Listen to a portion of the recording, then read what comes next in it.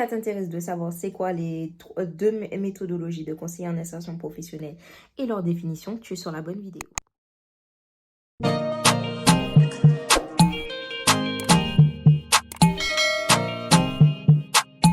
Bienvenue sur ma chaîne, on se retrouve aujourd'hui dans une nouvelle vidéo. Pour ceux qui ne me connaissent pas, moi c'est Laurine, je suis conseillère en insertion professionnelle. J'ai lancé un concept qui s'appelle Devenir un CIP à travers des épisodes où je vous transmets en fait des conseils, des méthodologies qui vous permettra vous de mieux comprendre le métier de CIP ou d'avoir un avis aussi également sur l'étendue des tâches à pouvoir effectuer ou tout simplement avoir des méthodologies par rapport à ce métier-là en vue de mon diplôme et des nombreuses structures dans lesquelles j'ai pu travailler. Donc aujourd'hui, comme tu le sais déjà dans la miniature, on va tout simplement parler de méthode et de définition. Donc je vais vous donner deux tout simplement méthode et définition. Je ferai une autre vidéo qui sera beaucoup plus détaillée parce que l'autre méthode que je vais vous présenter prend énormément de temps et d'explication. Donc pour ne pas vous proposer un truc pas de qualité, je préfère prendre le temps de faire étape par étape. Et donc voilà. Donc si tu n'es pas encore abonné à cette chaîne YouTube, je t'invite à liker, partager, commenter, à me rejoindre sur mes différents réseaux qui vont s'afficher juste ici ou quelque part sur l'écran. Et puis sans plus tarder, nous allons commencer la vidéo. Après avoir fait cette petite présentation, on va entrer dans le vif du sujet tout simplement. Donc, il faut savoir que la première méthodologie que j'ai à vous présenter, c'est les trèfles chanceux. Donc, qu'est-ce que c'est les trèfles chanceux? Je vais vous afficher un petit peu qu'est-ce que voilà, et je vais développer. Donc, vous avez l'évaluation de niveau d'employabilité à partir des dimensions, donc c'est-à-dire soit les méthodes, le lieu, l'environnement. Et puis, vous avez établir un plan d'action à partir d'un diagnostic pour être employable et le rester. Donc vous, c'est ce que vous allez mettre en place pour pouvoir accompagner justement cette personne dans le cadre de son projet professionnel. Amener la personne au niveau d'employabilité maximale. Donc ça, c'est vraiment les trois trèfles chanceux. Donc c'est les trois dimensions qui permettront à cette personne de pouvoir accéder à l'emploi périn et durable. Donc du coup, ça, vous allez devoir mettre en place ces trois dimensions-là. À travers tout ça, comment vous faites?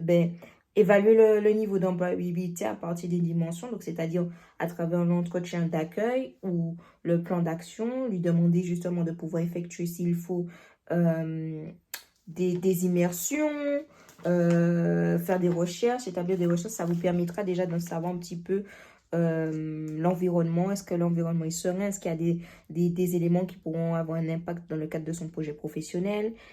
Qu'est-ce que j'entends par établir un plan d'action?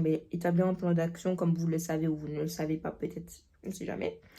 C'est déjà d'évaluer les étape par étape, les étapes à effectuer pour pouvoir concrétiser le projet professionnel et lui permettre de pouvoir avoir accès à l'employabilité. J'arrive jamais à dire ça. Mais vous avez compris ce que je veux dire. Voilà. Et puis, amener la personne au niveau d'employabilité. Donc, c'est-à-dire que si la personne a un niveau de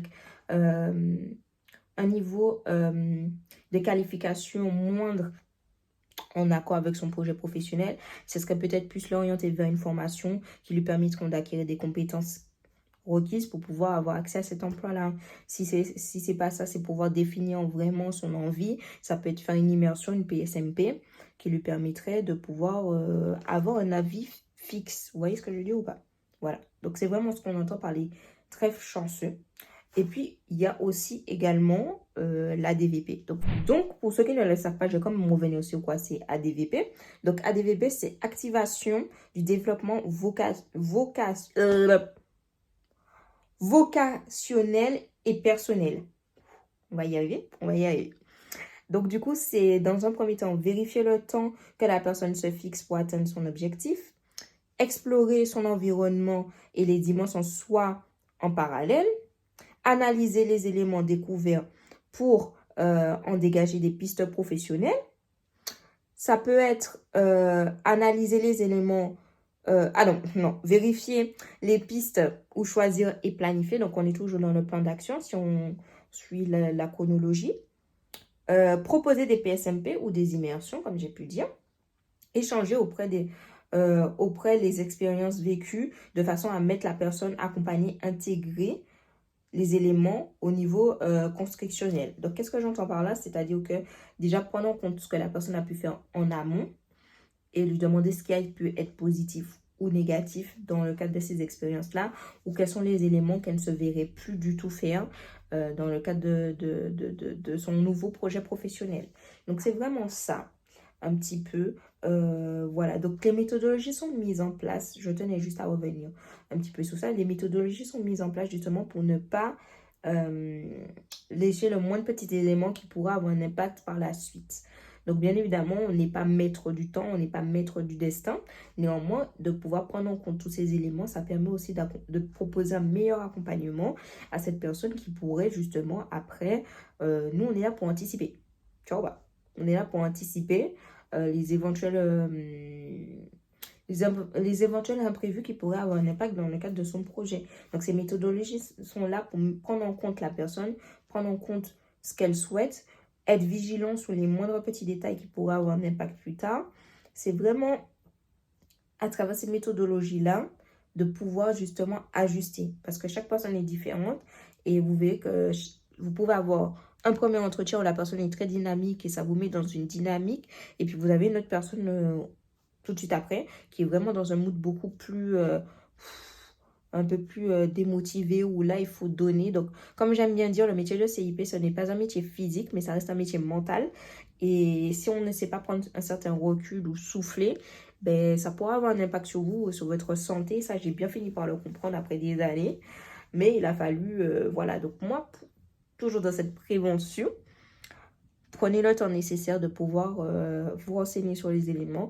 Et moi, comme on m'a toujours dit en formation, et moi, franchement, je remercie de ma formatrice ou toutes les personnes qui ont pu m'accompagner dans ma formation.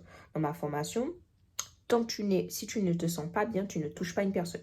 Ça, c'est vraiment quelque chose qu'on m'a dit. Si tu te sens pas bien ou tu n'es pas prête ou disposée à pouvoir faire un entretien, ne le fais pas.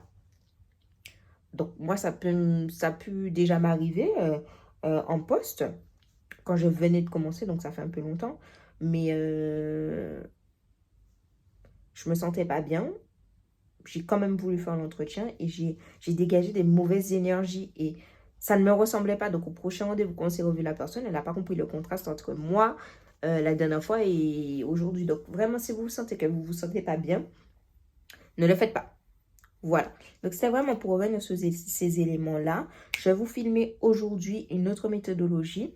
Si tu as suivi la vidéo précédente, tu devrais un petit peu savoir. Je vous mets en commentaire tous les éléments que j'ai pu évoquer, ce qui vous permettra de pouvoir les relire. Je vous invite à me rejoindre sur mes différents réseaux, à liker, partager, commenter, à partager à des personnes qui pourraient avoir besoin de renseignements sur cette méthodologie-là.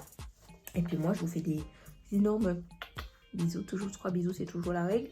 Et puis on se dit à la prochaine. Rejoignez-moi sur mes réseaux si vous avez des questions. On va bientôt faire des lives, pas mal de choses qui vont bientôt arriver. Donc restez connectés les gars. Et puis voilà quoi. Allez, bisous, toujours 3 bisous, c'est toujours la règle. Et puis à la prochaine.